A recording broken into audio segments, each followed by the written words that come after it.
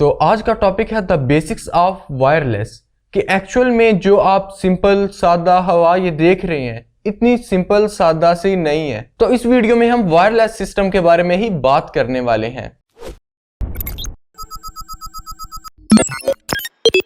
एक बिल्कुल कॉमन सा वर्ड है सिग्नल।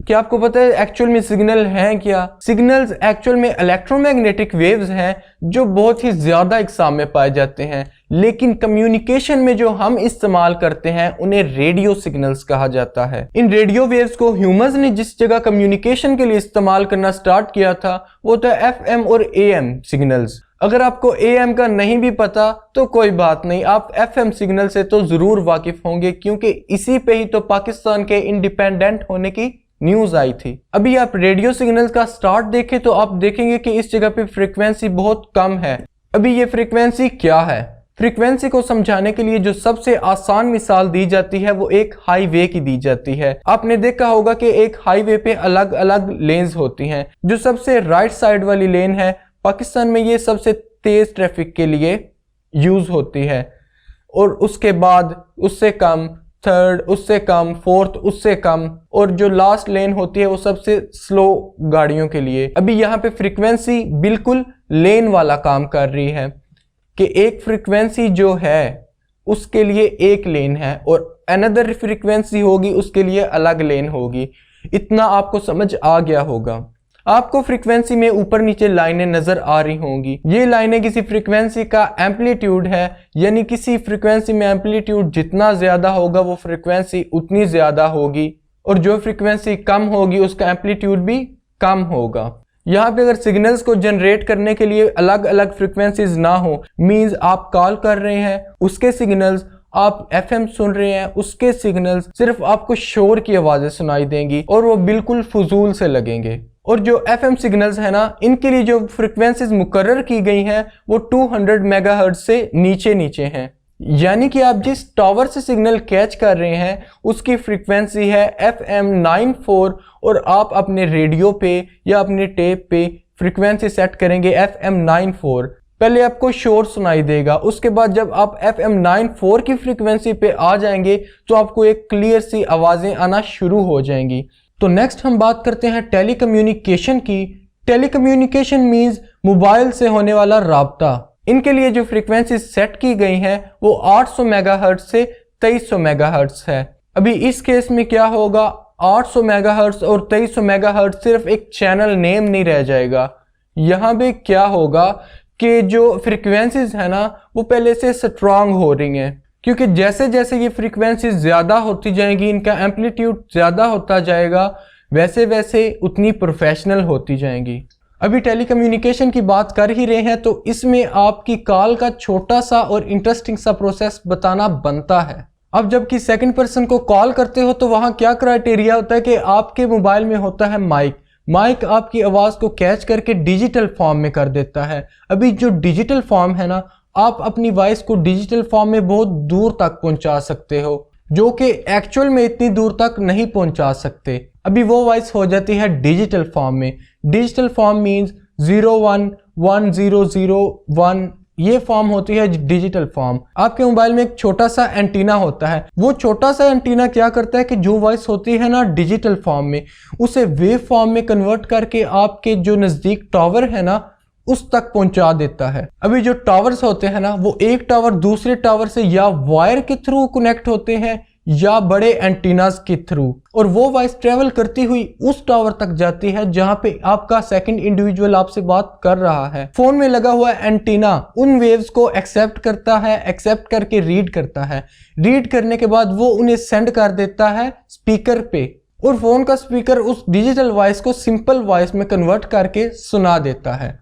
और इस प्रोसेस के दौरान जहां पता चलना होता है कि कहां से कॉल आ रही है, किसको कॉल जानी है, कि एक्चुअल में एंटीना सेट करने होते हैं ना कि किस एंटीना से कॉल आ रही है और किस एंटीना को पहुंचानी है, वो सब कुछ मैनेज करता है बेस स्टेशन, और बेस स्टेशन पे ही आप सबका डाटा पड़ा होता है। अगर ये इंफॉर्मेशन आपके नॉलेज में इजाफा कर रही है तो आप सब्सक्राइबर की तादाद में इजाफा कर सकते हैं, जिसका बेनिफिट ये होगा कि ये फैमिली पहले से बड़ी हो जाएगी और आपकी इंफॉर्मेशन में इजाफा पहले से ज्यादा होता रहेगा। अभी तक मैंने जो बताया वो तो था जो पहले होता रहा, लेकिन अभी आ गया इंटरनेट। इंटरनेट को ट्रैवल करने के लिए पहले से ज्यादा फ्रीक्वेंसीज और पावर चाहिए, क्योंकि जो फ्रीक्वेंसीज के क्रस और ट्रफ है ना, इन्हीं में तो डाटा स्टोर होता है जो आगे ट्रैवल करता है।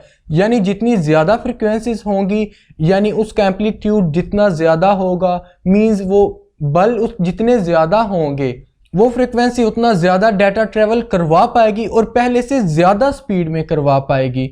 अब इंटरनेट में क्या होता है, पिक्स होती हैं, वीडियोस होती हैं, हैवी जीबीज की मूवीज होती हैं और कई किस्म का डाटा पड़ा होता है, जिसको ट्रैवल करने के लिए, बल्कि स्पीड में ट्रैवल करने के लिए ज्यादा फ्रीक्वेंसीज दरकार होती हैं। और यहाँ मजे की बात यह है कि इन फ्रीक्वेंसीज को कोई भी उठ के यूज नहीं कर सकता।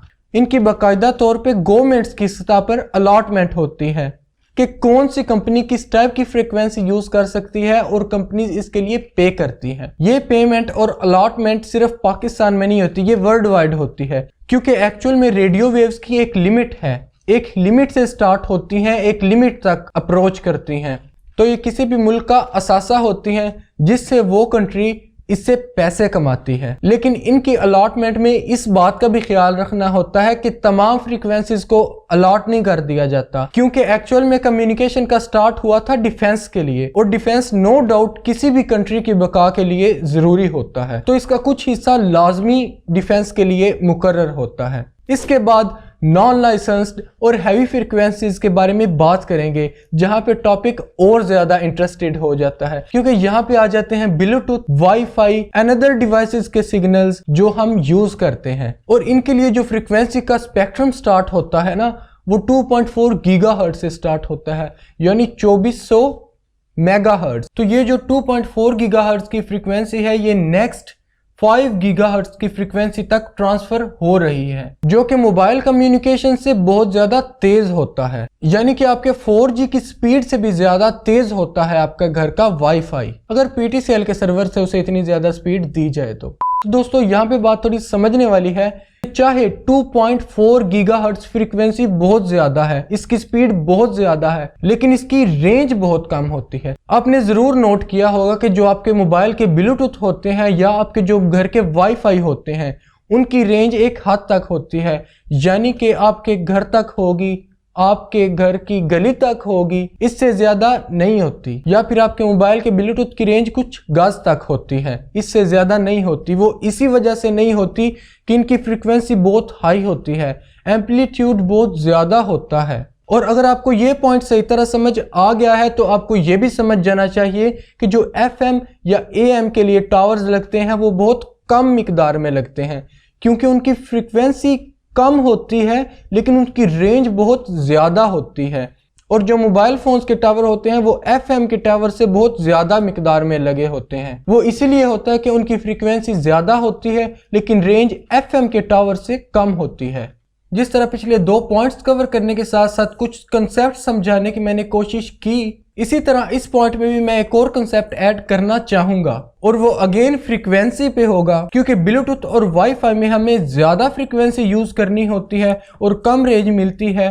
वो इसलिए होती है क्योंकि वो अपनी ज्यादातर एनर्जी ज्यादा क्रस ट्रफ होने की वजह से, cross trough means up and down, जो वेव्स में अप्स एंड डाउन्स आते हैं ना, वो ज्यादा हो जाते हैं ज्यादा फ्रीक्वेंसी में। इसी वजह से वो अपनी ज्यादातर एनर्जी इसी चीज में जाया कर बैठती है और वो ज्यादा दूर तक नहीं जा सकती। उसके लिए हमें सोर्स भी जरा पावरफुल चाहिए होते हैं, क्योंकि जो हमारे घर में लगे मॉडेम्स होते हैं वो इतने पावरफुल नहीं होते कि उन वेव्स को उतनी पावर प्रोवाइड कर सकें, या फिर हमारे जो मोबाइल में ब्लूटूथ होते हैं या हॉटस्पॉट होते हैं, इसमें इतनी पावर नहीं होती कि वो उन्हें उतनी दूर तक भेज सकें, इसलिए ये एक कम रेंज तक रहते हैं। और इसी में ही एक चीज़ ये भी ऐड करता चलूं कि जो 5G की टेक्नोलॉजी होगी वो भी इसी तरह काम करेगी कि उसकी रेंज भी कम होगी, उसके लिए टावर ज़्यादा लगेंगे, उसके लिए जो डिवाइसेस बेसिक्स होंगी यानी जो प्रोवाइड करेंगी वो चेंज होंगी और वो पहले से ज़्यादा महंगी भी होंगी। तो अभी आपकी ये मिसकंसेप्शन दूर हो जानी चाहिए कि आप कंप्यूटर्स के लिए